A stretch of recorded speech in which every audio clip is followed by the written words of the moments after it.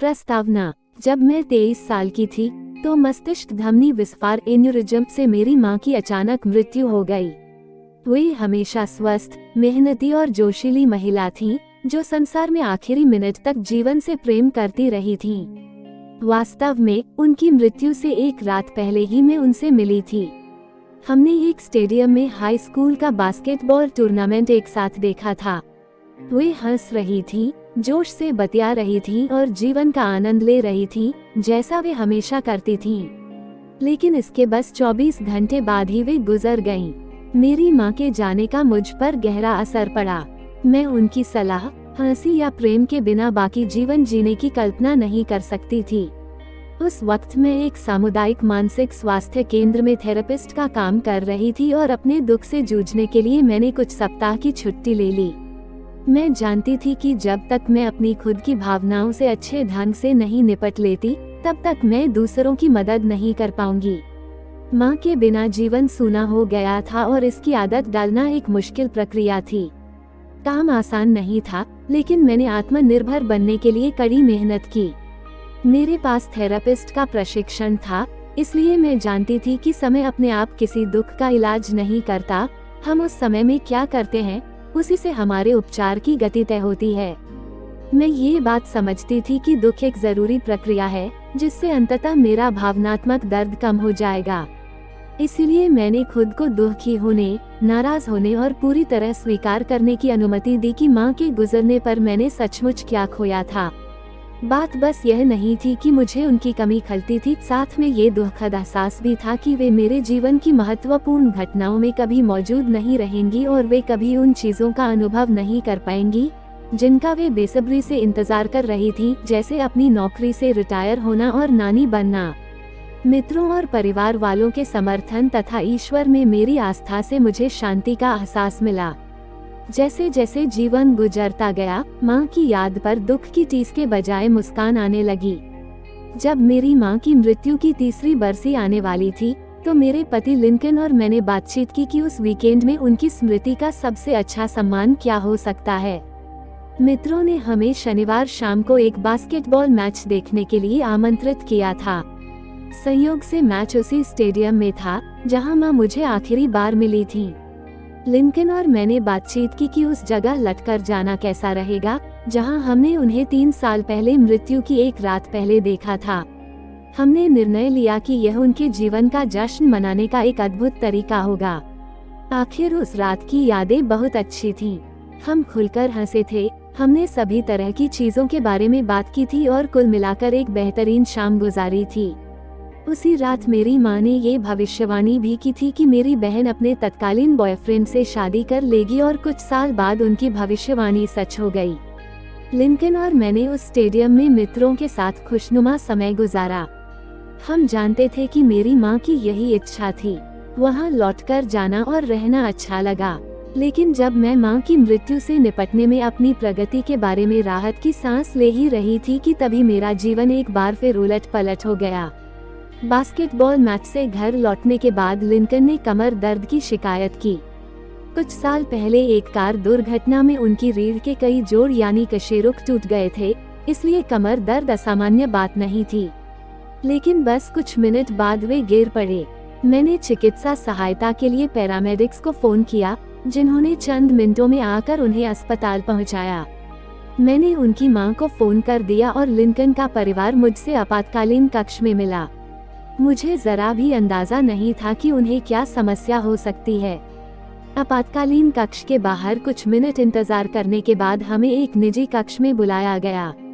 Doctor के कुछ कहने से पहले ही मैं समझ गई कि वे क्या कहने वाले हैं।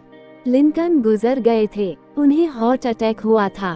जिस वीकेंड में मेरी मां की तीसरी बरसी थी, उसी वीकेंड में मैंने खुद को विधवा पाया। इसमें कोई तुक ही नहीं थी। लिंकन की उम्र सिर्फ 26 साल थी और उन्हें हृदय रोग की कभी कोई समस्या नहीं रही थी। वे यहाँ एक पल थे और दूसरे पल नहीं थे। मैं अपनी मां के बगैर जीना सीख रही थी और अब मुझे ये भी सीखना था कि लिंकन के बिना कैसे जीऊं। मैं ये कल्पना नहीं कर सकती थी कि मैं ये कैसे करूंगी। जीवन साथी की मृत्यु से निपटना किसी बुरे सपने जैसा होता है। जब मैं सचमुच कोई निर्णय लेने की स्थिति में नहीं थी, उस समय बहुत से विकल्प चुनने थे। कुछ ही घंटों में मुझे अंत्येष्टि की व्यवस्था से लेकर श्रद्धांजलि के शब्दों तक हर चीज के बारे में निर्णय लेना था। स्थिति की वास्तविकता को अपने भीतर समेटने का समय ही नहीं था, ये सचमुच अभिभूत करने वाला था। सौभाग्य से मेरे जीवन में कई लोग थे जिन्होंने मुझे सहारा दिया। दुखद यात्रा व्यक्तिगत होती है, लेकिन प्रेमपूर्ण मित्रों और परिवार वालों ने निश्चित रूप से मदद की। ऐसे समय थे जब झेलना आसान लगता था और ऐसे समय थे जब यह मुश्किल हो जाता था। जब मैं सोचती थी कि मेरी हालत ठीक हो रही थी, तो अगले ही मोड़ पर मुझे भारी दुख इंतजार करता मिलता था। दुख भावनात्मक, मानसिक और शारीरिक रूप से थकाने वाली प्रक्रिया है। अफसोस करने के लिए बहुत सारी चीजें थी। मुझे अपने पति के परिवार वालों के लिए अफसोस हुआ, क्योंकि मैं जानती थी कि वे लिंकन से बहुत प्रेम करते थे। मैंने उन सभी चीजों के लिए अफसोस महसूस किया जिनका अनुभव लिंकन कभी नहीं कर पाए। मैं उन सारी चीजों के लिए भी दुखी थी जो हम इकट्ठे कभी नहीं कर पाएंगे। ये कहने की तो जरूरत ही नहीं है कि मुझे उनकी कमी बहुत खलती थी। मैंने ऑफिस से ज्यादा छुट्टियां ली। वे महीने कमोबेश किसी झोंके की तरह गुजर गए, जब मैं हर दिन बस एक पैर को दूसरे पैर के सामने रखने पर ध्यान केंद्रित करती थी। लेकिन मैं जिंदगी भर के लिए तो ऑफिस से छुट्टी नहीं ले सकती थी। मेरे पास आमदनी का बस यही एक जरिया था, इसलिए लौटकर ऑफिस जाना जरूरी था। 2 महीने बाद मेरे सुपरवाइजर ने फोन किया और ऑफिस लौटने की मेरी योजना के बारे में पूछा। उन्होंने मेरे ग्राहकों को बता दिया था कि पारिवारिक आपातकालीन स्थिति की वजह से मैं अनिश्चित काल तक ऑफिस नहीं आ पाऊंगी। उन्हें यह नहीं बताया गया था कि मैं कितने समय तक बाहर रहूंगी, क्योंकि मुझे खुद ये पता नहीं था कि मैं कब लौटूंगी। लेकिन अब वे जवाब मांग रहे थे। मैं निश्चित रूप से तब तक दुख से नहीं उबर पाई थी और मेरी हालत निश्चित रूप से बेहतर नहीं थी, लेकिन ऑफिस लौटना जरूरी था। अपनी माँ की तरह ही लिंकन के दुख से जूझने के लिए भी मुझे समय की जरूरत थी। इसे नजरअंदाज करने या धकाने का सवाल नहीं था। मुझे दर्द का अनुभव करना था और प्रोएक्टिव अंदाज में उपचार में खुद की मदद करना था। मैं खुद को नकारात्मक भावनाओं में अटके रहने की अनुमति नहीं दे सकती थी। हालांकि खुद पर तरस खाना या अपने अतीत की यादों में उलझे रहना आसान होता, लेकिन मैं जानती थी कि यह स्वस्थ तरीका नहीं है। अपने लिए नया जीवन बनाने के लिए मुझे लंबी राह पर चलना शुरू करने का चेतन विकल्प चुनना था। मुझे ये निर्णय लेना था कि मैंने और लिंकन ने मिलकर जो लक्ष्य बनाए थे, क्या वे अब भी मेरे लक्ष्य होंगे। हम कुछ सालों से पालक अभिभावक थे और हमने अंततः एक बच्चे को गोद लेने की योजना बनाई थी। लेकिन क्या मैं अकेली किसी बच्चे को गोद लेना चाहूंगी?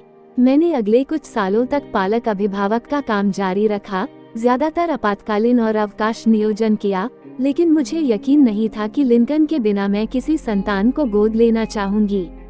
अकेली होने के बाद मुझे अपने लिए कुछ लक्ष्य भी तय करने थे। मैंने बाहर निकलकर नई चीजों को आजमाने का निर्णय लिया। मैंने अपना मोटरसाइकिल लाइसेंस बनवाया और एक मोटरसाइकिल खरीद ली। मैं लिखने भी लगी। शुरू में तो ये शौकिया काम था, लेकिन अंततः ये शकालीन काम बन गया। मुझे लोगों के साथ नए संबंध दोबारा बनाने पड़े और यह भी पता लगाना पड़ा कि लिंकन के कौन से दोस्त मेरे दोस्त रहेंगे और उनके जाने के बाद उनके परिवार से मेरा संबंध कैसा रहेगा। सौभाग्य से उनके बहुत से करीबी मित्रों ने मेरे साथ मित्रता कायम रखी और उनका परिवार मेरे साथ अपने परिवार के सदस्य की तरह ही व्यवहार करता रहा। लगभग 4 साल बाद सौभाग्य से मुझे दोबारा प्रेम का वरदान मिल गया, या शायद मुझे कहना चाहिए कि प्रेम ने मुझे खोज लिया। मैं एकाकी जीवन की आदी हो रही थी, लेकिन जब मैंने स्टीव के साथ डेटिंग शुरू की तो ये सब बदल गया। हम बरसों से एक दूसरे को जानते थे और धीरे धीरे हमारी मित्रता एक रिश्ते में बदल गई। अंततः हम एक साझे भविष्य के बारे में बात करने लगे। हालांकि मैंने दोबारा शादी करने के बारे में कभी नहीं सोचा था, लेकिन स्टीव के साथ यह सही लग रहा था। मैं कोई औपचारिक विवाह या समारोह नहीं चाहती थी जो लिंकन के साथ हुई शादी जैसा हो। हालांकि मैं जानती थी कि मेरे अतिथि दोबारा मेरी शादी देखकर रोमांचित होंगे, लेकिन मैं ये भी जानती थी कि इससे उन लोगों की दुखद यादें ताज़ा हो जाएंगी क्योंकि वे लिंकन को नहीं भूल पाए थे। मैं अपनी शादी के दिन पर गम की छाया भी नहीं पड़ने देना चाहती थी, इसलिए स्टीव और मैंने गैर पारंपरिक शादी करने का निर्णय लिया। हम भागकर लास वेगास गए और हमने वहां शादी कर ली। ये बेहद आनंददायक अवसर था जो हमारे प्रेम और खुशी पर केंद्रित था। हमारी शादी के लगभग 1 साल बाद हमने उस मकान को बेचने का निर्णय लिया जिसमें लिंकन और मैं रहते थे। हम कुछ घंटों की दूरी पर जाकर रहने लगे। हम मेरी बहन व भांजियों के ज्यादा करीब पहुंच गए और इससे हमें एक नई शुरुआत करने का अवसर मिल गया। मुझे एक व्यस्त क्लिनिक में नौकरी मिल गई और हम साझे भविष्य का आनंद लेने की राह देखने लगे।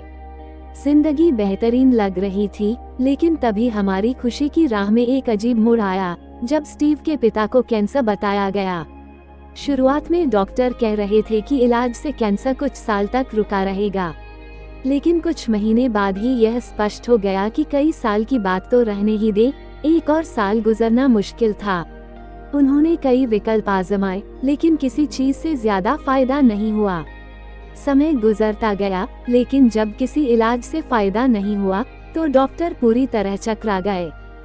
7 महीने बाद उनके उपचार के विकल्प खत्म हो गए थे। ये खबर किसी पहाड़ की तरह मेरे सिर पर गिरी। रॉब जीवन से भरपूर थे। वे बच्चों के साथ हंसी मजाक और चुहलबाजी करते थे और बड़ी मजेदार कहानियां सुनाते थे। हालांकि वे मिनेसोटा में रहते थे और हम मैन में, लेकिन हम उनसे अक्सर मिलते रहते थे। वे सेवानिवृत्त थे, इसलिए वे कई सप्ताह तक लगातार हमारे साथ रह सकते थे और मैं उनसे हमेशा मजाक करती थी कि वे मेरे प्रिय घरेलू अतिथि थे, क्योंकि दरअसल वे हमारे एकमात्र घरेलू अतिथि थे। वे मेरे लेखन के सबसे बड़े प्रशंसकों में से एक भी थे। वे मेरी लिखी हर चीज पढ़ते थे, चाहे लेख परवरिश पर हो या मनोविज्ञान पर। अक्सर वे फोन करके मुझे लेख संबंधी विचार और सुझाव देते रहते थे। हालांकि रॉब 72 साल के थे, लेकिन यह महसूस होता था कि वे इतने युवा हैं कि उन्हें गंभीर बीमारी नहीं होनी चाहिए। पिछली गर्मियों तक उन्होंने मोटरसाइकिल पर देश भर की यात्रा की थी, लेक सुपीरियर में नौकायन किया था और अपनी कन्वर्टेबल कार में देहात में सैर की थी। लेकिन अब वे बहुत ज्यादा बीमार थे और डॉक्टरों की राय स्पष्ट थी, उनकी हालत और बिगड़ने वाली थी। इस बार मुझे मृत्यु के मामले में मुझे एक अलग अनुभव हुआ। मेरी माँ और लिंकन की मृत्यु बिल्कुल अप्रत्याशित और आकस्मिक थी, लेकिन इस बार मुझे पहले से चेतावनी मिल चुकी थी। मैं जानती थी कि क्या होने वाला है और इस बारे में सोचकर मैं दहशत में आ गई। मैं सोचने लगी, हे भगवान, एक बार फिर मैं दोबारा इतनी भीषण क्षति का शिकार नहीं होना चाहती थी। ये सही नहीं लग रहा था। मेरी उम्र के बहुत से परिचितों ने कभी किसी को नहीं खोया है, तो फिर मुझे इतने सारे परिजनों की क्षति क्यों झेलना पड़ रही है। मैं टेबल पर बैठकर सोचती रहती थी कि यह सब कितना अन्यायपूर्ण है और कितना मुश्किल होगा। मैं चीजों को अलग तरीके से होते देखना चाहती थी। मैं ये भी जानती थी कि मैं उस राह पर खुद को नीचे फिसलने नहीं दे सकती। आखिरकार यह मेरे साथ पहले भी हो चुका था और मैं दोबारा ठीक हो जाऊंगी। यदि मैं ये सोचने के जाल में फंसती हूँ कि मेरी स्थिति किसी दूसरे से बदतर है, या अगर मैं खुद को विश्वास दिलाती हूँ कि मैं एक और क्षति नहीं झेल सकती, तो इससे मदद नहीं मिलेगी। इसके बजाय यह मुझे अपनी स्थिति की वास्तविकता का सामना करने से रोक देगा। उस पल मैंने बैठकर मानसिक दृढ़ता वाले लोग ये 13 चीजें नहीं करते सूची लिखी। ये वे आदतें थीं जिनसे जूझने के बाद ही मैं अपने दुख से उभरी थी। ये वे चीजें थीं जो मुझे बेहतर बनने से रोक सकती थीं, अगर मैंने उन्हें खुद पर शिकंजा कसने दिया होता। इसमें कोई आश्चर्य की बात नहीं है। ये वही क्षमताएं थीं जिनकी सलाह मैं थेरेपी ऑफिस में आने वाले ग्राहकों को देती थी, लेकिन उन्हें लिखकर ही मैं पटरी पर बनी रह सकती थी। यह एक यादगार थी कि मैं मानसिक रूप से दृढ़ बनने का चयन कर सकती हूँ। मुझे दृढ़ बनने की जरूरत भी थी, क्योंकि वह सूची लिखने के कुछ सप्ताह बाद ही रॉब गुजर गए। यह मशहूर है कि मनोचिकित्सक दूसरों की शक्तियों को बढ़ाने में मदद करते हैं, सलाह देते हैं कि उन्हें कैसे काम करना चाहिए और वे खुद को बेहतर बनाने के लिए क्या कर सकते हैं। लेकिन जब मैंने मानसिक शक्ति की सूची बनाई, तो मैंने पल भर के लिए अपनी आदतों से दूर हटने का निर्णय लिया। क्या नहीं करना है, इस पर ध्यान केंद्रित करने से सारा फर्क पड़ा। अच्छी आदतें महत्वपूर्ण होती हैं, लेकिन अक्सर हमारी बुरी आदतें ही हमें अपनी पूरी संभावना तक पहुंचने से रोक देती हैं। भले ही आपके पास संसार की सारी अच्छी आदतें हों, लेकिन अगर आप उनके साथ साथ बुरी आदतों को भी बनाए रखते हैं, तो आप अपने लक्ष्यों तक पहुंचने में संघर्ष करेंगे। इसे इस तरह से सोचें, आप अपनी सबसे बुरी आदतों जितने ही अच्छे हैं। बुरी आदतें भारी बोझ की तरह होती हैं, जो आपको दिन भर घसीटती रहती हैं। वे आपको धीमा कर देंगी, थका देंगी और कुंठित कर देंगी।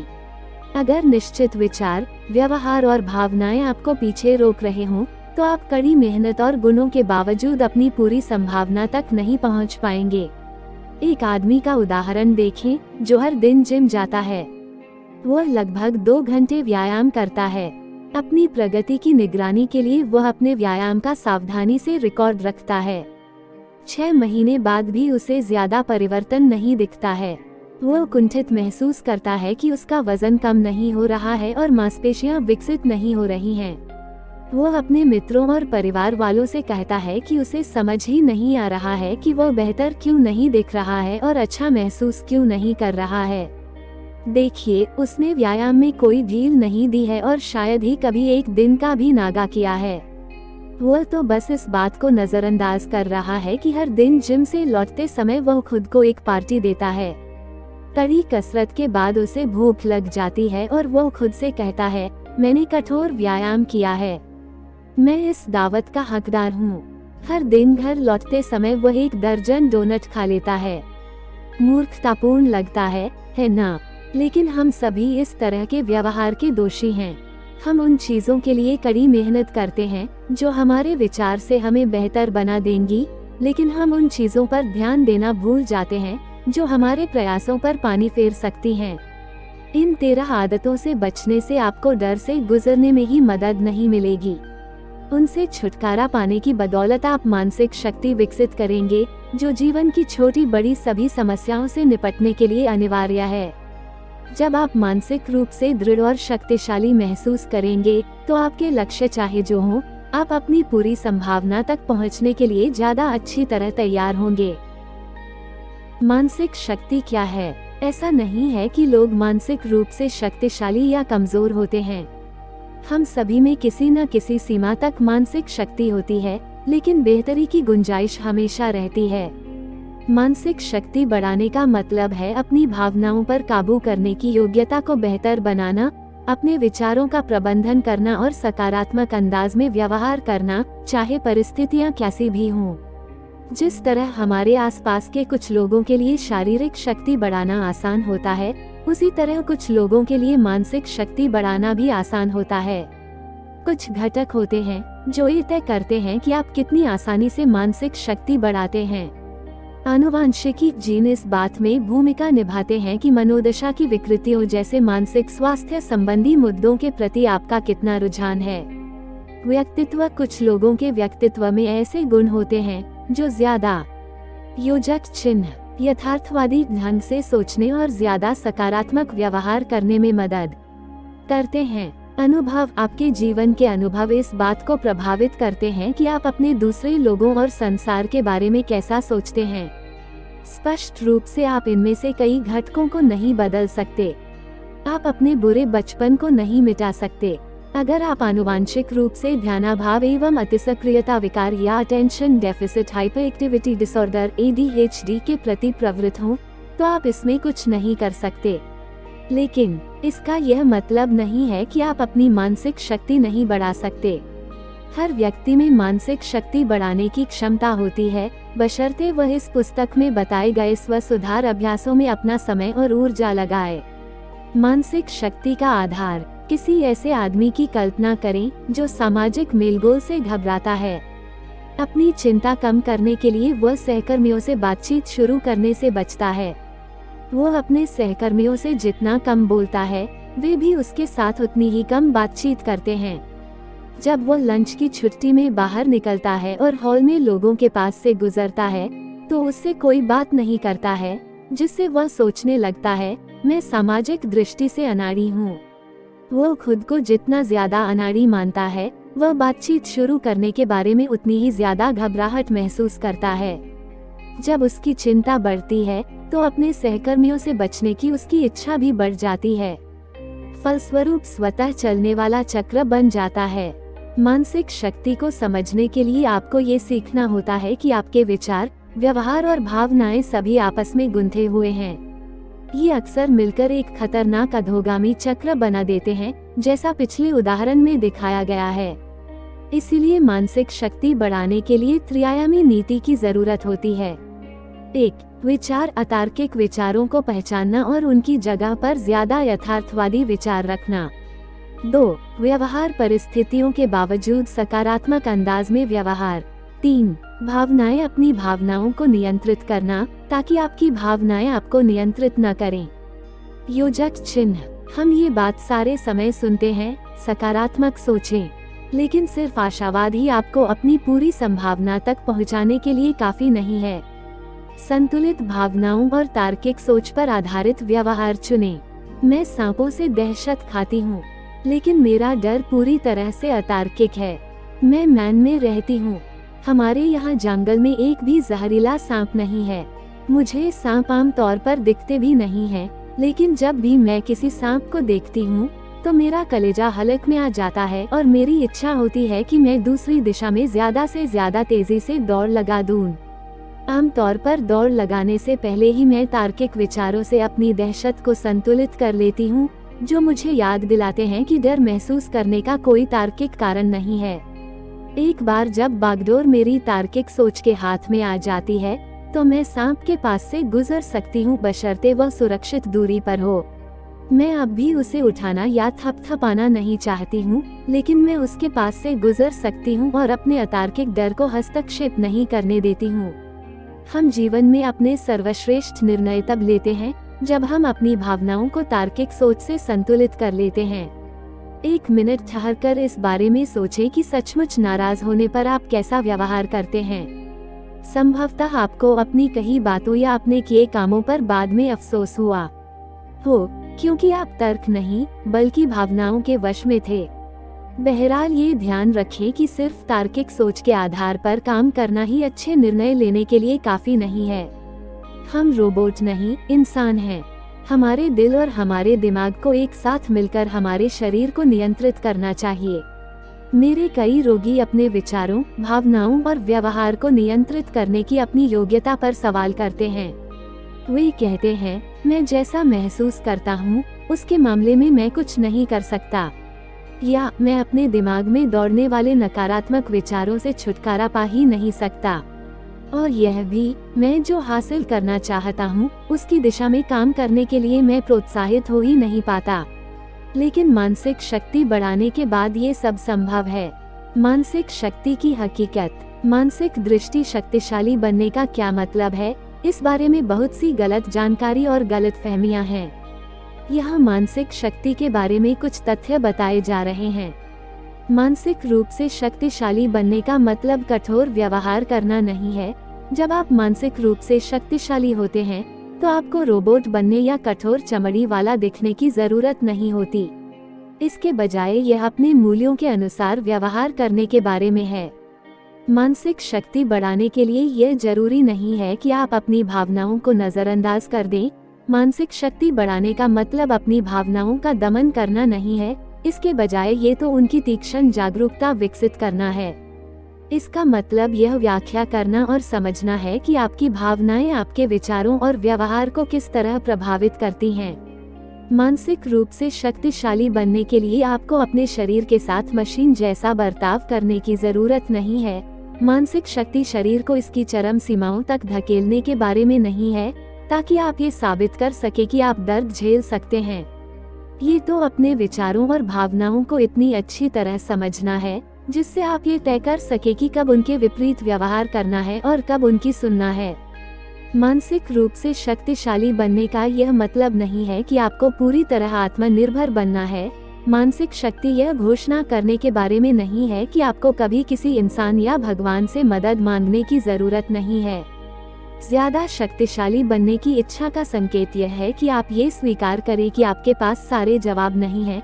जब आपको मदद चाहिए हो तो मदद मांग लें और यह भी मान लें कि आप ईश्वर से शक्ति हासिल कर सकते हैं। मानसिक रूप से शक्तिशाली बनना सकारात्मक सोच के बारे में नहीं है। अति सकारात्मक विचार भी अति नकारात्मक विचार जितने ही खतरनाक होते हैं। मानसिक शक्ति यथार्थवादी और तार्किक रूप से सोचने के बारे में है। मानसिक शक्ति बढ़ाने का मतलब खुशी के पीछे दौड़ना नहीं है। मानसिक रूप से शक्तिशाली बनने से आपको जीवन में ज्यादा संतुष्टि मिलेगी, लेकिन यह इस बारे में नहीं है कि आप हर दिन जागते समय खुश महसूस करने के लिए खुद को विवश करें। इसके बजाय ये तो ऐसे निर्णय लेने के बारे में है जो आपको आपकी पूरी क्षमता तक पहुंचाने में मदद करेंगे। मानसिक शक्ति मनोविज्ञान की नवीनतम फैशनेबल प्रवृत्ति नहीं है। जिस तरह शारीरिक फिटनेस के संसार में फैशनेबल डाइट और फिटनेस प्रवृत्तियों की भरमार होती है, उसी तरह मनोविज्ञान का संसार भी अक्सर अल्पकालीन विचारों से भरा होता है कि अपने सर्वश्रेष्ठ स्वरूप को कैसे प्रकट किया जाए। मानसिक शक्ति एक प्रवृत्ति नहीं है। मनोविज्ञान का क्षेत्र 1960 के दशक से लोगों को सिखाता आ रहा है कि वे अपने विचारों, भावनाओं और व्यवहार को कैसे बदलें। मानसिक शक्ति मानसिक स्वास्थ्य की पर्याय नहीं है। हालांकि स्वास्थ्य उद्योग मानसिक स्वास्थ्य बनाम मानसिक रोग के संदर्भ में बात करता है, लेकिन मानसिक शक्ति भिन्न है। जिस तरह लोग डायबिटीज जैसी शारीरिक बीमारी के बावजूद शारीरिक दृष्टि से शक्तिशाली हो सकते हैं, उसी तरह आप भी मानसिक रूप से शक्तिशाली हो सकते हैं, भले ही आपको डिप्रेशन हो, चिंता हो या मानसिक स्वास्थ्य संबंधी अन्य समस्याएं हों। मानसिक रोग का यह मतलब नहीं है कि आप में बुरी आदतें होना तय है। इसके बजाय आप अब भी स्वस्थ आदतें डालने का चुनाव कर सकते हैं। हो सकता है कि इसमें ज्यादा मेहनत, ज्यादा एकाग्रता और ज्यादा प्रयास की जरूरत पड़े, लेकिन ये बहुत संभव है। मानसिक शक्ति के लाभ। जब जीवन अच्छा चल रहा हो तो मानसिक रूप से शक्तिशाली महसूस करना अक्सर आसान होता है, लेकिन कई बार समस्याएं आसमान से टपक पड़ती हैं और सामने आकर खड़ी हो जाती हैं। नौकरी का छूटना, प्राकृतिक आपदा, परिवार में कोई बीमारी या किसी प्रियजन की मृत्यु जैसी नकारात्मक घटनाएं अवश्यंभावी हैं। जब आप मानसिक दृष्टि से शक्तिशाली होते हैं तो आप जीवन की चुनौतियों से निपटने के लिए ज्यादा तैयार होंगे। मानसिक शक्ति बढ़ाने के लाभों में ये शामिल हैं: तनाव के प्रति लचीलापन बढ़ना। मानसिक शक्ति सिर्फ संकट में ही नहीं, बल्कि रोजमर्रा के जीवन में भी सहायता करती है। इसकी मदद से आप ज्यादा कार्यकुशलता और प्रभावी ढंग से समस्याओं से निपट सकते हैं और इससे आपके तनाव का स्तर कम हो सकता है। बेहतर जीवन संतुष्टि। आपकी मानसिक शक्ति बढ़ने के साथ साथ आपका आत्मविश्वास भी बढ़ेगा। आप अपने मूल्यों के अनुरूप व्यवहार करेंगे, जिससे आपको मानसिक शांति मिलेगी और आप पहचान जाएंगे कि आपके जीवन में सचमुच महत्वपूर्ण क्या है। बेहतर प्रदर्शन। चाहे आपका लक्ष्य बेहतर अभिभावक बनना हो या ऑफिस में अपनी उत्पादकता बढ़ाना हो या खेल के मैदान में बेहतर प्रदर्शन करना हो, अपनी मानसिक शक्ति बढ़ाने से आपको अपनी पूरी क्षमता तक पहुंचने में मदद मिलेगी। मानसिक शक्ति कैसे विकसित करें? आप सिर्फ किसी पुस्तक को पढ़कर ही किसी चीज में विशेषज्ञ नहीं बन सकते। खिलाड़ी अपने खेल के बारे में पढ़कर उत्कृष्ट प्रतिस्पर्धी नहीं बनते हैं, न ही शीर्ष संगीतकार दूसरे वादकों को बजाते देखकर अपनी संगीत योग्यताओं को बढ़ाते हैं। उन्हें अभ्यास भी करना होता है। आगामी 13 अध्यायों का इरादा कोई ऐसी जांच सूची देना नहीं है जिन्हें आप या तो करते हैं या नहीं करते। इनमें तो उन आदतों का वर्णन किया गया है जिनका हर व्यक्ति कभी न कभी शिकार होता है। इसका इरादा यह है कि आप जीवन की चुनौतियों से मुकाबला करने के बेहतर तरीके खोज सके, ताकि आप इन बाधाओं से बच सकें। यह विकास करने, सुधार करने और कल के मुकाबले आज थोड़ा बेहतर बनने की कोशिश के बारे में है। अध्याय 1। वे अपने लिए अफसोस करने में समय बर्बाद नहीं करते हैं। आत्मदया सबसे विनाशकारी मादक द्रव्य है। ये लत डालती है, अल्पकालीन सुख देती है और अपने शिकार को वास्तविकता से अलग कर देती है। John gardener. जैक की दुर्घटना के कुछ सप्ताह बाद तक उसकी मां भयंकर घटना के बारे में बातचीत बंद ही नहीं कर पा रही थी। हर दिन वे ये कहानी बताती थीं कि स्कूल बस द्वारा टक्कर मारने पर जैक के दोनों पैर किस तरह टूट गए थे। वे अपराधी महसूस कर रही थीं कि वे उसकी रक्षा करने के लिए वहां मौजूद नहीं थीं। उसे कई हफ्तों तक व्हीलचेयर पर देखना उनसे बर्दाश्त नहीं हो रहा था। हालांकि डॉक्टर कह रहे थे कि वो पूरी तरह ठीक हो जाएगा, लेकिन माँ बार बार जैक को चेतावनी देती रही कि हो सकता है कि उसके पैर पूरी तरह से ठीक न हो।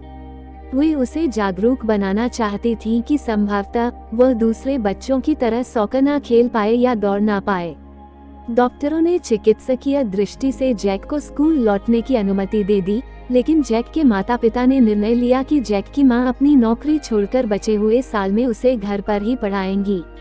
उन्हें महसूस हुआ कि हर दिन स्कूल बस देखने से जैक की बुरी यादें ताज़ा हो सकती हैं।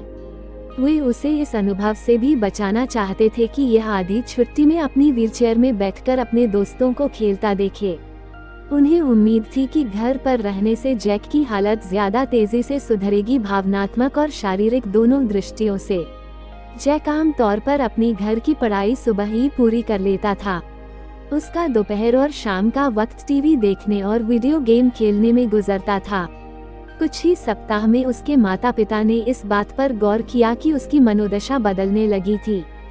जैक पहले आमतौर पर उत्साही और खुश रहता था, लेकिन अब वह चिड़चिड़ा और दुखी नजर आता था। उसके माता पिता को यह चिंता सताने लगी कि कहीं दुर्घटना की वजह से उसे उनकी कल्पना से ज्यादा सदमा न लगा हो। उन्होंने इस उम्मीद में थेरेपी का सहारा लिया कि इससे जैक के भावनात्मक घाव भर जाएंगे। जैक के माता पिता उसे एक मशहूर थेरेपिस्ट के पास ले गए, जो बचपन के सदमे की विशेषज्ञ थीं।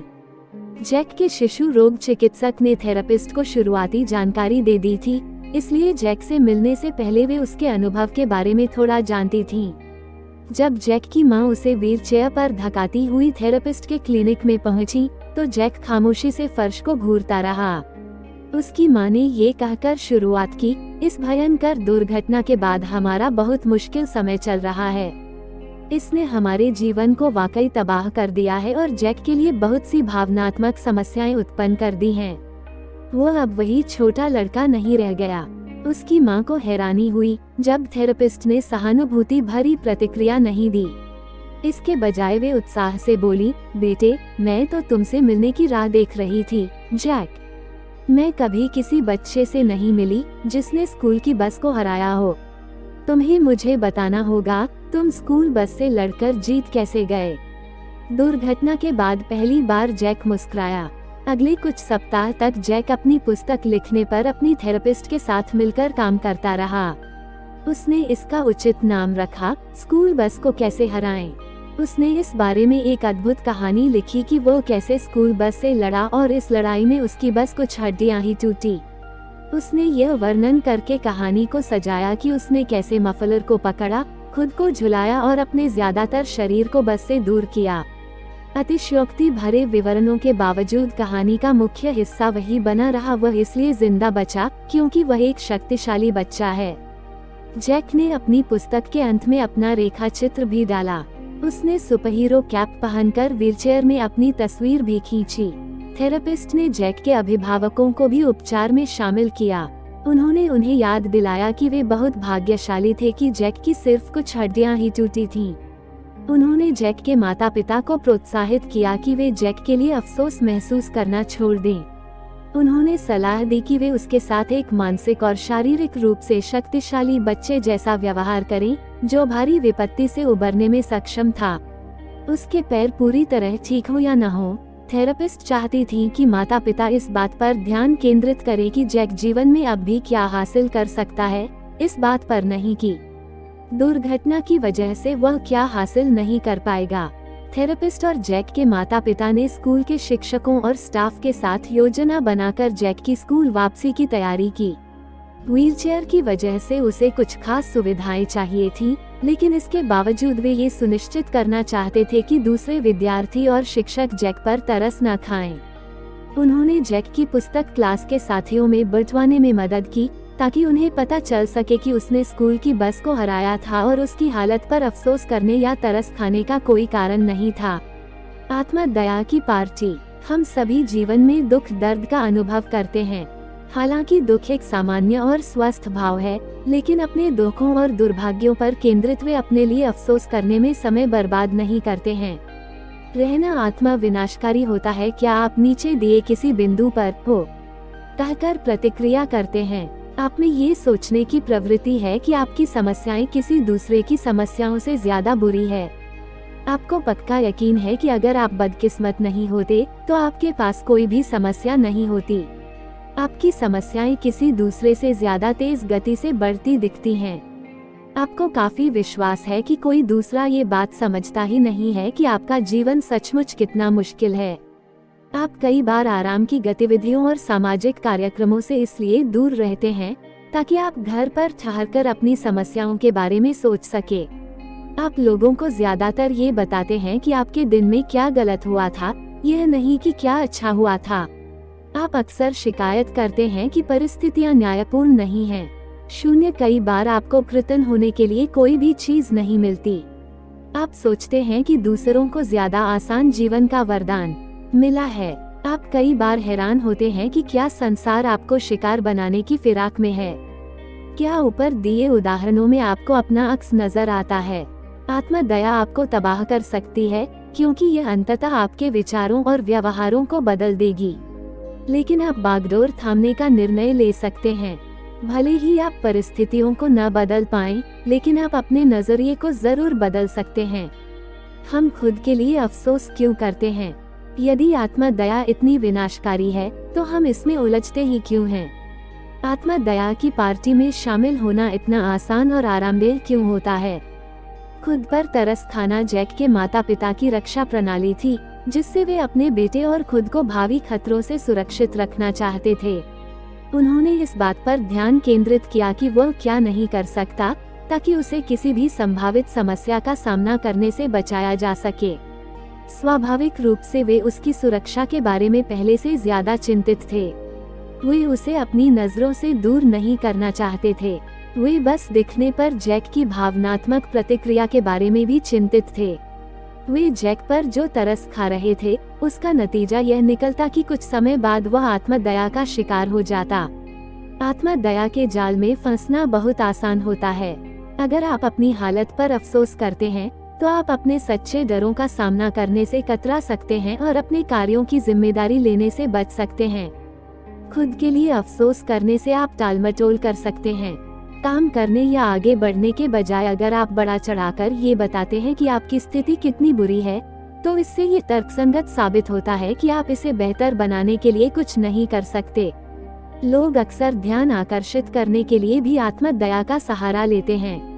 बेचारा मैं का पत्ता खेलने से दूसरे प्रशंसा और सहानुभूति के कुछ शब्द बोल सकते हैं, कम से कम शुरुआत में।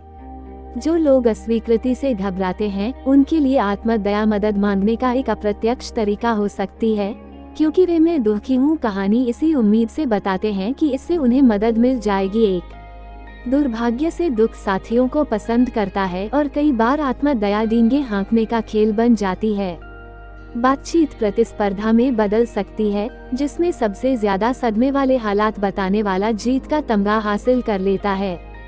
आत्म दया जिम्मेदारी से बचने का बहाना भी बना सकती है। अगर आप अपने बॉस को ये बताते हैं कि आपके जीवन में हालात कितने बुरे हैं, तो इसके पीछे यह उम्मीद भी हो सकती है कि वे आपसे कम उम्मीदें करें। कई बार आत्म दया अवज्ञा का कार्य बन जाती है। ये तो ऐसा मानने की तरह है कि अगर हम अपनी आत्म दया का रोना रोते रहें और संसार को याद दिलाते रहें कि हम बेहतर के हकदार हैं, तो हमारे हालात बदल जाएंगे। लेकिन संसार इस तरह काम नहीं करता है। कोई ऊपर बैठी हस्ती या इंसान नहीं है जो ये सुनिश्चित करता हो कि हमें जीवन में न्यायपूर्ण परिस्थितियां मिलें। अपने लिए अफसोस करने के साथ समस्या। अपने लिए अफसोस करना आत्म विनाशकारी होता है। इससे नई समस्याएं खड़ी होती हैं और इसके गंभीर परिणाम भी हो सकते हैं। जैक दुर्घटना में जिंदा बच गया, इस बात के लिए कृतज्ञता महसूस करने के बजाय उसके माता पिता ये चिंता कर रहे थे कि दुर्घटना ने उनसे क्या छीन लिया। फलस्वरूप उन्होंने दुर्घटना को यह अनुमति दी कि यह उनसे और भी ज्यादा छीन ले। इसका मतलब यह नहीं है कि वे प्रेमपूर्ण माता पिता नहीं थे। उनका व्यवहार उनके पुत्र को सुरक्षित रखने की इच्छा से प्रेरित था। बहरहाल, वे जैक पर जितना ज्यादा तरस खाते थे, इससे उसकी मनोदशा पर उतना ही ज्यादा नकारात्मक असर होता था। आत्म दया में संलग्न होने से नीचे दिए तरीकों से पूर्ण जीवन जीने में रुकावट आती है। ये समय की बर्बादी है, खुद के लिए अफसोस करने में बहुत सारी मानसिक ऊर्जा लग जाती है और इससे स्थिति रत्ती भर भी नहीं बदलती है। अगर आप समस्या को नहीं सुलझा सकते, तब भी आप जीवन की बाधाओं से जूझने सकारात्मक विकल्प चुनें। अपने लिए अफसोस करने से आप किसी समाधान के करीब नहीं पहुंचेंगे। इससे ज्यादा नकारात्मक भावनाएं उत्पन्न होती हैं। जब आप आत्मदया को शिकंजा कसने देते हैं, तो ये बहुत सारी दूसरी नकारात्मक भावनाओं को प्रेरित कर देगी। ये क्रोध, द्वेष, अकेलेपन और अन्य भावनाओं की ओर ले जा सकती है, जो नकारात्मक विचारों को बढ़ाने का ईंधन देती हैं। ये खुद पूरी होने वाली भविष्यवाणी बन सकती है। आत्मदया की भावनाओं से आपका जीवन सचमुच दयनीय बन सकता है। अगर आप खुद के लिए अफसोस महसूस कर रहे हैं, तो यह संभव ही नहीं है कि आप अपने सर्वश्रेष्ठ स्तर पर प्रदर्शन करेंगे। फलस्वरूप आपके जीवन में ज्यादा समस्याएं और असफलताएं आएंगी, जिनसे आत्मदया की और ज्यादा भावनाएं उत्पन्न होंगी। यह आपको दूसरी भावनाओं से निपटने से रोकता है।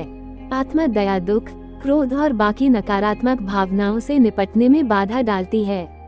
यह उपचार और आगे बढ़ने में आपकी प्रगति को रोक सकती है, क्योंकि आत्मदया वास्तविक स्थितियों को स्वीकार करने के बजाय इस बात पर ध्यान केंद्रित करती है कि परिस्थितियों को क्यों अलग होना चाहिए। इसकी वजह से आप अपने जीवन की अच्छी चीजों को नजरअंदाज कर देते हैं। यदि दिन में 5 अच्छी चीजें होती हैं और एक बुरी चीज होती है, तो आत्मदया की वजह से आप सिर्फ नकारात्मक चीज पर ही ध्यान केंद्रित करेंगे। अगर आप अपने लिए अफसोस करते रहते हैं, तो आप जीवन के सकारात्मक पहलुओं को अनदेखा कर देंगे। ये संबंधों में हस्तक्षेप करती है। शिकार होने की मानसिकता कोई आकर्षक गुण नहीं है। आपका जीवन कितना बुरा है, ये सुनकर ज्यादातर लोग जल्दी ही थक जाएंगे। कोई भी कभी नहीं कहता है, मुझे उसकी यह बात बहुत प्यारी लगती है कि वो हमेशा खुद के लिए अफसोस करती रहती है। खुद पर अफसोस करना छोड़ दें।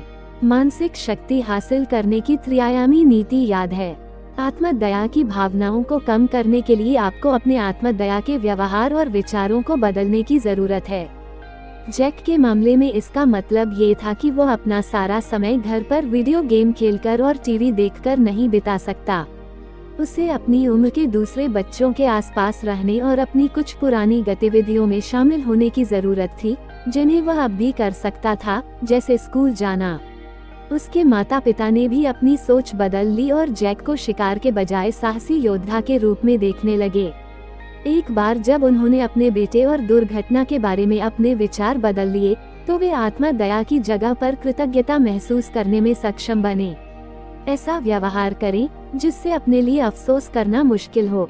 लिंकन की मृत्यु के 4 महीने बाद ही उनका 27वां जन्मदिन उनके परिवार और मेरे सामने था। मैं कई हफ्तों से दहशत में थी, क्योंकि मुझे जरा भी पता नहीं था कि हम वह दिन कैसे गुजारेंगे। मेरी कल्पना में ये तस्वीर थी कि हम क्लिनिक से अपने आंसू पोंछ रहे हैं और बतिया रहे हैं कि यह कितनी नाइंसाफी थी कि वे अपना 27वां जन्मदिन मनाने के लिए मौजूद नहीं हैं। जब मैंने अपनी सास से यह पूछने का साहस जुटाया कि वे वह दिन कैसे बिताएंगी, तो उन्होंने बिना किसी हिचक के कह दिया, स्काईडाइविंग के बारे में तुम क्या सोचती हो? सबसे अच्छी बात ये थी कि वे गंभीर थीं। मुझे स्वीकार करना पड़ा कि किसी अच्छे विमान से कूदना मेरी कल्पना की करुणा पार्टी से बहुत बेहतर विचार था। ये लिंकन के जोखिम प्रेमी जज्बे का सम्मान करने का आदर्श तरीका लग रहा था। उन्हें हमेशा नए लोगों से मिलने, नई जगहों पर जाने और नई चीजों का अनुभव करने में मजा आता था। उनके लिए यह असाधारण नहीं था कि वे अचानक वीकेंड यात्रा पर चल दें, भले ही उन्हें लाल आंखों साथ घर लौटना पड़े और रात की फ्लाइट से उतरते ही ऑफिस जाना पड़े। वे कहते थे कि ऑफिस में एक दिन की थकान इतनी बड़ी बात नहीं थी, जितनी कि वे यादें जो हमने जोड़ी थीं। स्काईडाइविंग एक ऐसी चीज थी जिसे करने में लिंकन को मजा आता, इसलिए यह उनके जन्मदिन का जश्न मनाने का सही तरीका लग रहा था। विमान से कूदते वक्त अपने लिए अफसोस महसूस करना असंभव होता है जब तक कि आपके पास पैराशूट ही न हो। न सिर्फ हमें बेहतरीन मजा आया, बल्कि इस अनुभव से एक वार्षिक परंपरा भी शुरू हो गई। हर साल लिंकन के जन्मदिन पर हम उनके जीवन और रोमांच के प्रेम का जश्न मनाते हैं। इससे कुछ रोचक अनुभव हुए। शार्क के साथ तैरने से लेकर हमने ग्रांड कैनियन में खच्चरों की सवारी की। हमने फ्लाइंग ट्रapeze यानी कलाबाजी के झूलों का प्रशिक्षण भी लिया। हर साल पूरा परिवार लिंकन के जन्मदिन के रोमांच में शामिल हो जाता है। कुछ साल तक तो लिंकन की दादी कैमरा लेकर हाशिए से देखती रहीं, लेकिन 2 साल पहले 88 साल की उम्र में वे पेड़ों के ऊपर तार पर लटकने के लिए सबसे पहले ऊपर गई। हालांकि मैंने दोबारा शादी कर ली है, लेकिन मैंने ये परंपरा जारी रखी है और मेरे पति स्टीव भी इसमें शामिल हो चुके हैं। यह एक ऐसा दिन बन चुका है जिसका हम हर साल इंतजार करते हैं। किसी आनंददायक चीज को करने में दिन गुजारना अपने दुख नजरअंदाज करने या छिपाने का विकल्प नहीं है। ये तो जीवन के उपहारों का जश्न मनाने का घेतन चयन है। ऐसा करके हम दुखी और दीनहीन अंदाज में व्यवहार करने से इनकार करते हैं। हमने जो खोया है उसके लिए खुद पर तरस खाने के बजाय हमने अपने पास बची चीजों के लिए कृतज्ञ महसूस करने का विकल्प चुना। जब आप आत्मदया को अपने जीवन में घुसते देखें, तो आप जैसा महसूस करते हो उसके विपरीत कोई चीज करने का चेतन प्रयास करें। आत्मदया की भावनाओं को दूर रखने के लिए आपको विमान से कूदने की जरूरत नहीं है। कई बार तो व्यवहार में छोटे छोटे परिवर्तनों से ही बड़ा फर्क पड़ जाता है। यहाँ कुछ उदाहरण देखें। किसी सार्थक उद्देश्य में स्वयंसेवी बने, इससे आपका दिमाग अपनी समस्याओं से हट जाएगा और किसी दूसरे की सहायता करने पर आपको अच्छा महसूस होगा। जब आप किसी सूप किचन में भूखे लोगों की सेवा कर रहे हो या किसी नर्सिंग होम में बड़े लोगों के साथ समय बिता रहे हो, तो अपने लिए अफसोस महसूस करना मुश्किल होता है।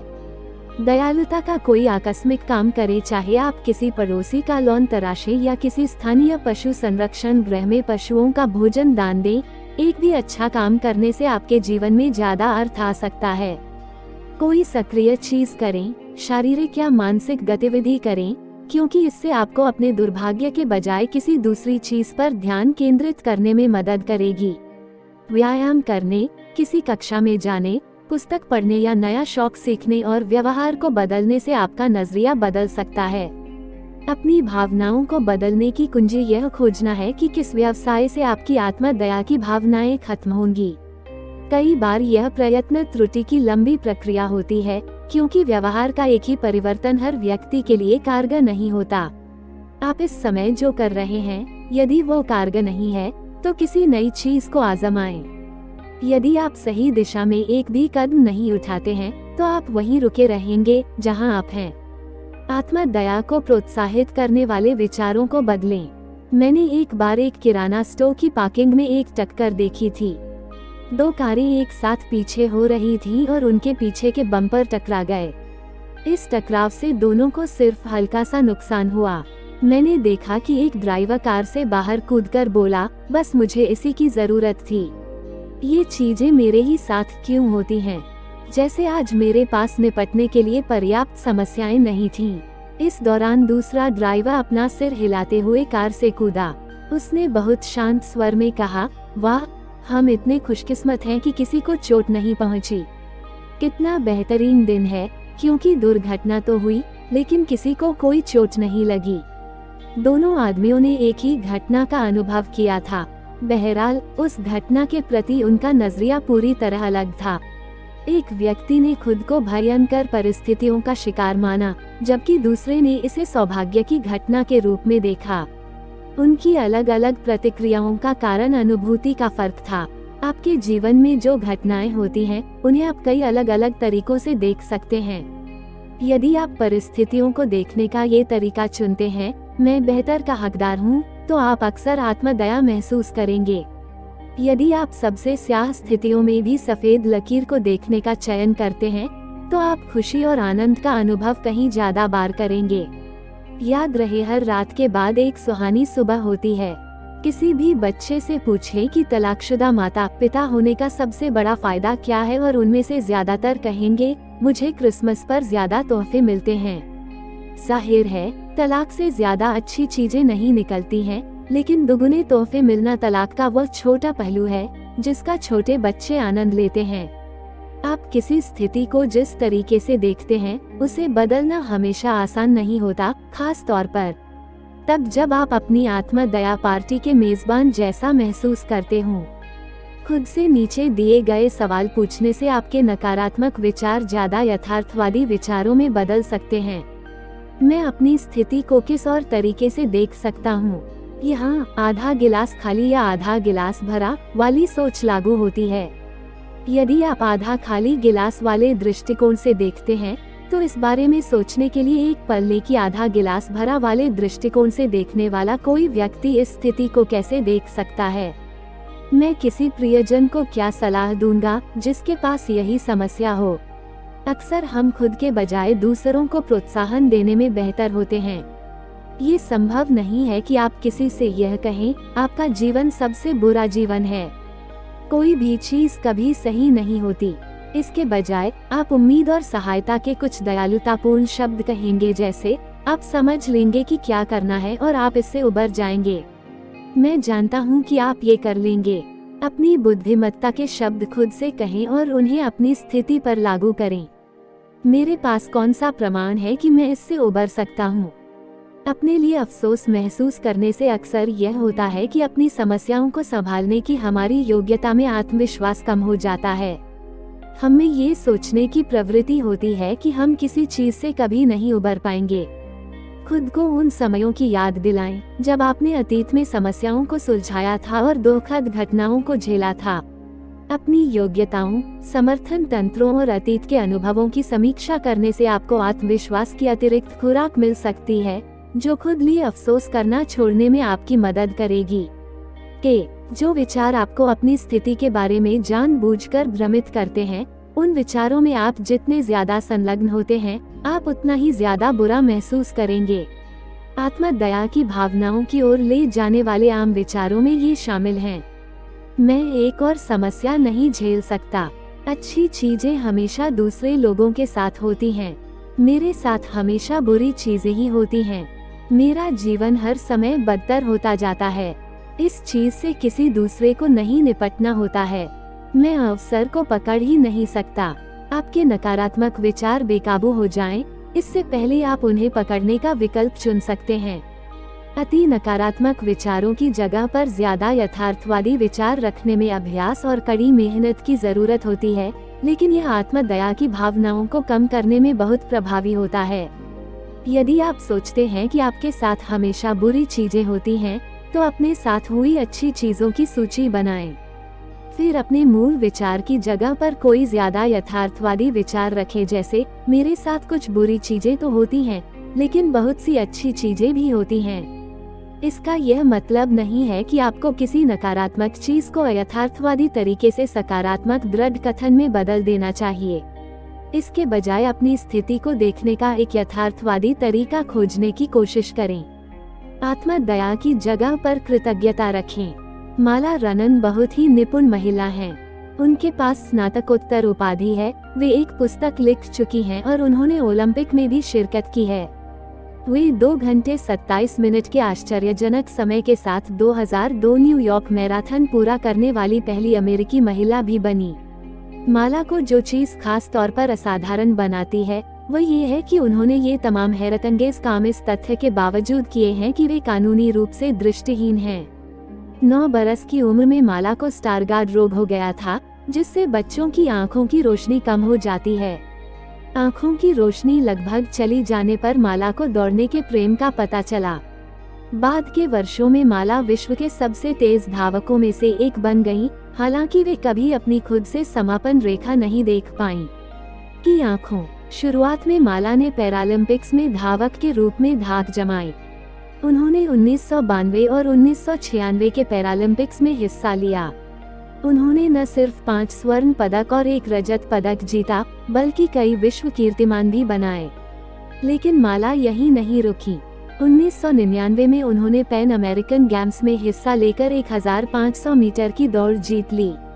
2000 में वे ओलंपिक में हिस्सा लेने वाली कानूनी रूप से दृष्टिहीन पहली धावक बनी। वे पहली अमेरिकी महिला थी जिन्होंने 1500 मीटर की दौड़ में समापन रेखा सबसे पहले पार की। माल अपनी दृष्टिहीनता को अपंगता नहीं मानती हैं। वास्तव में ये इसे उपहार मानती हैं, जिससे उन्हें लंबी और कम दूरी दोनों तरह की दौड़ों में कामयाबी मिली है। अपनी पुस्तक no finish line, my life as I see it में माल अपने अंधेपन के बारे में लिखती हैं। इसने न सिर्फ मुझे अपनी सक्षमता साबित करने के लिए विवश किया, बल्कि हासिल करने के लिए भी धकाया। इसने मुझे इच्छा शक्ति और समर्पण जैसे उपहार दिए हैं, जिनका इस्तेमाल मैं हर दिन करती हूँ। माला इस बात पर ध्यान केंद्रित नहीं करती हैं कि उनकी दृष्टि चली जाने से उनसे क्या छिन गया। इसके बजाय वे उन चीजों के लिए कृतज्ञ महसूस करने का चुनाव करती हैं, जो उन्हें दृष्टिबाधित होने की वजह से मिली। अपने लिए अफसोस महसूस करने का मतलब ये सोचना है कि मैं बेहतर का हकदार हूँ, जबकि कृतज्ञता महसूस करने का मतलब ये सोचना है कि मैं जितने का हकदार हूँ, मेरे पास उससे ज्यादा है। कृतज्ञता महसूस करने के लिए थोड़े अतिरिक्त प्रयास की जरूरत तो होती है, लेकिन ये मुश्किल नहीं होता। कोई भी नई आदतें डालकर ज्यादा कृतज्ञ बनना सीख सकता है। दूसरों की दयालुता और उदारता को मान्यता दें। दृढ़ता से स्वीकार करें कि संसार अच्छा है और अपने पास मौजूद चीजों की कद्र करें। कृतज्ञता महसूस करने के लिए ये जरूरी नहीं है कि आप अमीर हों, बेहद सफल हों या आपका जीवन आदर्श हो। व्यक्ति साल में $34,000 कमाता है, उसे ये लग सकता है कि उसके पास ज्यादा पैसा नहीं है, लेकिन दरअसल वह संसार के 1% सबसे अमीर लोगों में आता है। यदि आप ये पुस्तक पढ़ रहे हैं, तो इसका मतलब है कि आप संसार के लगभग 1 अरब लोगों से ज्यादा सौभाग्यशाली हैं, जो पढ़ नहीं सकते और संभवतः गरीबी में ही अटके रहेंगे। जीवन में उन छोटी छोटी चीजों की तलाश करें, जिन्हें आप आसानी से नजरअंदाज कर सकते हैं, और कृतज्ञता की भावनाएं बढ़ाने की दिशा में काम करें। यहाँ कुछ आसान आदतें बताई जा रही हैं, जो कृतज्ञ होने वाली चीजों पर ध्यान केंद्रित करने में आपकी मदद कर सकती हैं। कृतज्ञता पुस्तिका रखें।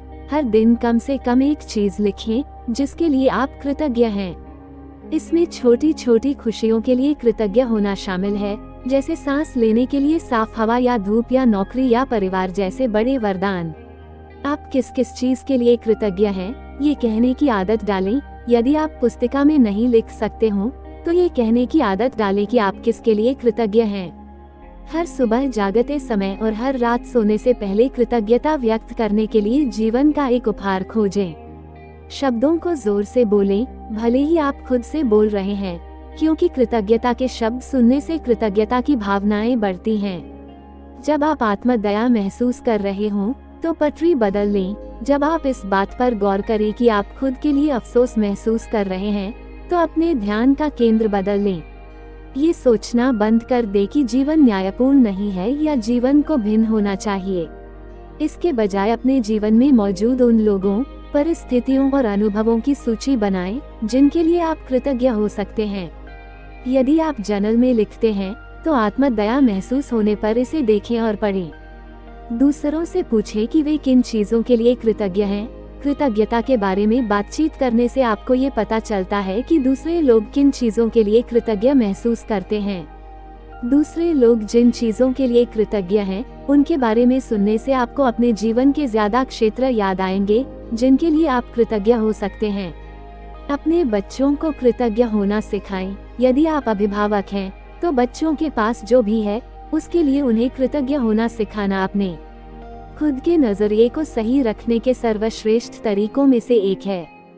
हर दिन अपने बच्चों से यह पूछने की आदत डालें कि वे किन चीजों के लिए कृतज्ञ हैं। परिवार के हर सदस्य से लिखवाएं कि वे किन चीजों के लिए कृतज्ञ महसूस कर रहे हैं और इसे एक कृतज्ञता पात्र में रख दें या बुलेटिन बोर्ड पर टांग दें।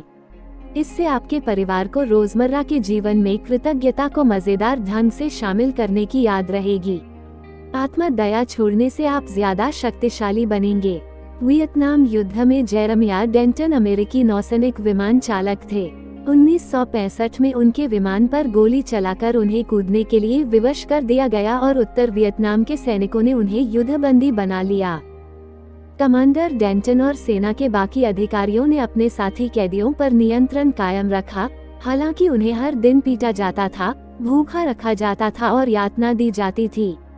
कमांडर डेंटन को अक्सर एकांत कारावास में रखा जाता था, क्योंकि वे दूसरे कैदियों को प्रेरित करते थे कि वे गोपनीय जानकारी हासिल करने के उत्तर वियतनामी प्रयासों का विरोध करें। लेकिन इससे कमांडर डेंटन नहीं रुके। उन्होंने संकेतों का इस्तेमाल करके, दीवार ठोंककर और खास तरीकों से खांसकर दूसरे कैदियों से संप्रेषण किया। कैद में रहने के 10 महीने बाद उन्हें एक टेलीविजन इंटरव्यू में शामिल होने के लिए चुना गया, जिसका इस्तेमाल प्रचार के लिए किया गया था। सवालों के जवाब देते समय उन्होंने नाटक किया, मानो कैमरे की तेज रोशनियां उनकी आंखों को चुभ रही हों, जबकि दरअसल वे आंखें मिचमिचाकर मोर्स कोड में TORTURE टॉर्चर यातना का संदेश भेज रहे थे। इस तरह से उन्होंने गोपनीय तरीके से यह संदेश भेज दिया कि उन्हें बंदी बनाने वाले उनके और दूसरे कैदियों को यातना दे रहे हैं। पूरे इंटरव्यू में वे अमेरिकी सरकार का समर्थन करते रहे। 7 साल तक कैद में रखने के बाद उन्हें 1973 में रिहा किया गया। जब वे विमान से स्वतंत्र इंसान के रूप में उतरे तो वे बोले, हम गौरवान्वित हैं कि हमें मुश्किल परिस्थितियों में अपने देश की सेवा करने का यह मौका मिला। इस दिन के लिए हम अपने सेनापति और अपने देश के प्रति बेहद कृतज्ञ हैं। ईश्वर अमेरिका पर कृपा बनाए रखे। 1977 में सेना से रिटायर होने के बाद उन्हें अल्बेमा का सेनेटर चुन लिया गया। सबसे बुरी परिस्थितियों में रहने के बावजूद जेरेमिया डेंटन ने खुद के लिए अफसोस करने में समय बर्बाद नहीं किया। इसके बजाय उन्होंने अपना मानसिक संतुलन कायम रखा और स्थिति का प्रबंधन करने के लिए वे जो भी कर सकते थे उसे करने पर ध्यान केंद्रित किया।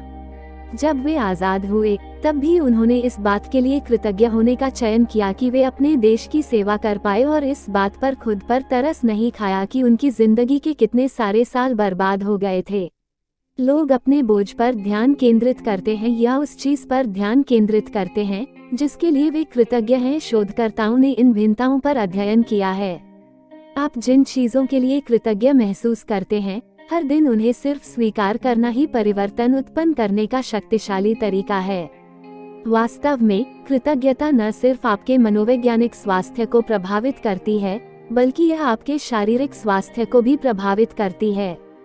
Journal of personality and social psychology में प्रकाशित 2003 के एक अध्ययन का निष्कर्ष ये था, जो लोग कृतज्ञता महसूस करते हैं वे बाकी लोगों जितने बीमार नहीं पड़ते हैं, उनका प्रतिरक्षा तंत्र बेहतर होता है और उन्हें कम बार दर्द की शिकायत होती है। उनका रक्तचाप सामान्य होता है और वे आम लोगों से कहीं ज्यादा बार व्यायाम करते हैं।